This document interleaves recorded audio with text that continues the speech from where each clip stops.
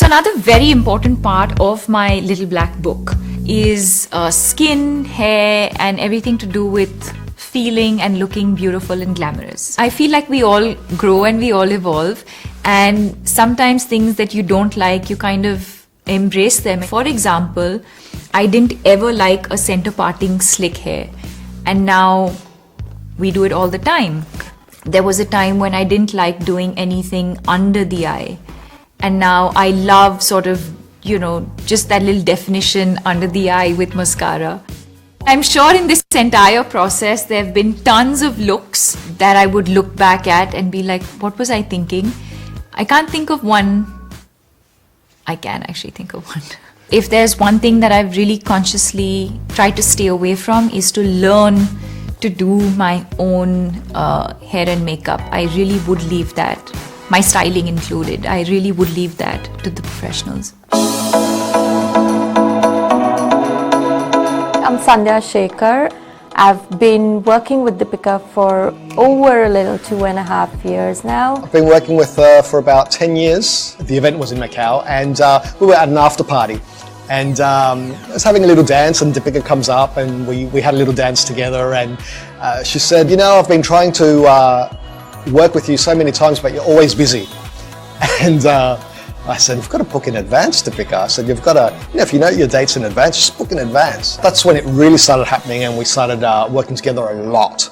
So that's where the bonding really happened, and not only the professional friendship, but also the friendship within that blossomed, and the trust and the comfort factor, and everything that goes along with it. So I had done about close to 8 years in the industry, and I remember that I was nowhere interested in doing celebrity makeup, but I also remember that the only person that I was keen to work with was Deepika. And one day I get this call because I worked with her stylist Shalina, and I think she had suggested me, and the next thing I know, I got a call from Deepika's team saying that we want you to do her makeup for like a small event. And that's how it happened, and there was an instant connection. She was extremely warm. She was exactly the same person that I had seen her off, and when I met her personally, that was an instant connection for the two of us. I feel like I went through a phase when clean, beautiful skin, focus on the lashes, and a bright red mouth. It's almost like if anyone else did a red mouth, it was like, that's Deepika's look. I don't like too much foundation. I don't like caking too much or layering too much. I like my freckles to show through, or any discoloration that I might have on my skin. I really don't mind, all of those things coming through, because when it's cakey, I don't know, I get really conscious of that. I just feel like I want to see my skin.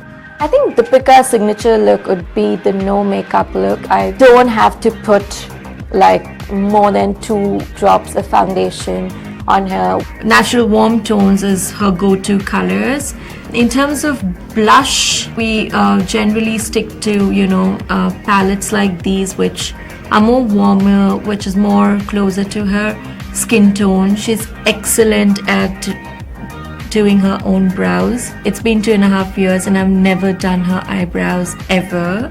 That's because I trust her the way she does it. So she does her own brows for everyone out there. The very first movie that I did, Om Shanti Om, Shanti Priya, the character that I played, is a yesteryear heroine.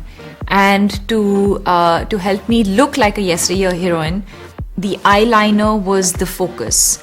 And the eyeliner that we used in that movie became extremely popular after that. Every makeup artist that I worked with, brides would go up to them during their wedding day and say they wanted the Shanti Priya eyeliner, that's the name of my character, or the Deepika eyeliner. It was the signature sort of winged liner that I did for many, many years. with film, it's very different. I mean, it's quite restrictive hair-wise in a sense, because obviously the actress is playing a character. Film works hard because obviously, well, myself being such a perfectionist as well, I do tend to get a little bit flustered because, continuity issues. Hair moves all the time. Editorials are my favorite because, obviously you can be more creative. And what I love about editorial is that you're creating an image. You're creating a beautiful image. When it comes to deciding a specific look, we end up doing a lot of research with, the latest runway looks that are out there, a lot of editorial looks that are out there. It's a team collaboration. I'll come up with certain ideas, or the stylist might come up with certain ideas, or the makeup artist. We're all a great team. We work really well together. We trust each other. We respect each other. Once the outfit is ready, I take to her at least 2 or 3 different looks that I think would work with that particular outfit.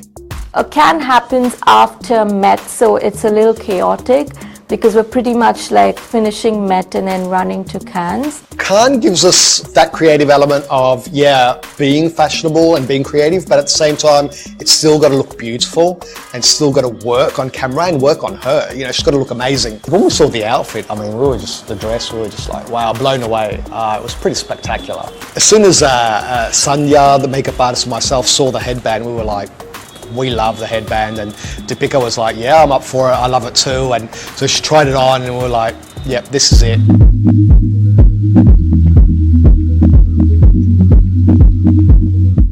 It was a lot of fun working on Deepika's wedding. Obviously, one of her biggest days in her life, and such an honor to be a part of that. It was a lot of fun. First of all, Deepika trusts me a lot, obviously. We have that kind of a relationship. So we didn't have to do any trials or anything like that. But we did have like a small wine and cheese party at a place where we were just discussing looks. It's a special day. It's a very special day. So, there's photos, there's videoing, there's all sorts of stuff, and they're long days. After events, the partying, the dinners, the this, that, she's got to look fantastic.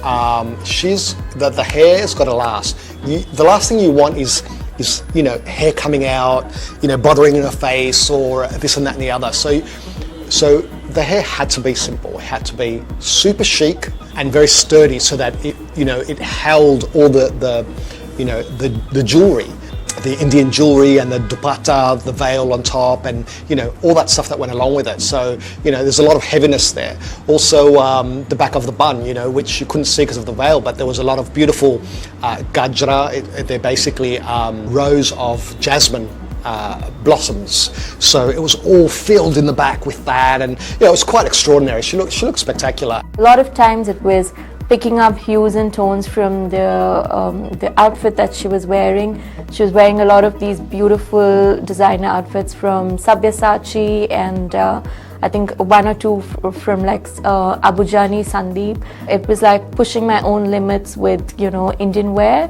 which I was very happy about. I think she was very happy about as well. So creatively, it's been very enriching, I must say, because she's somebody who completely trusts me with what I do, and that's something that we've worked on for the last few years that we've been working together.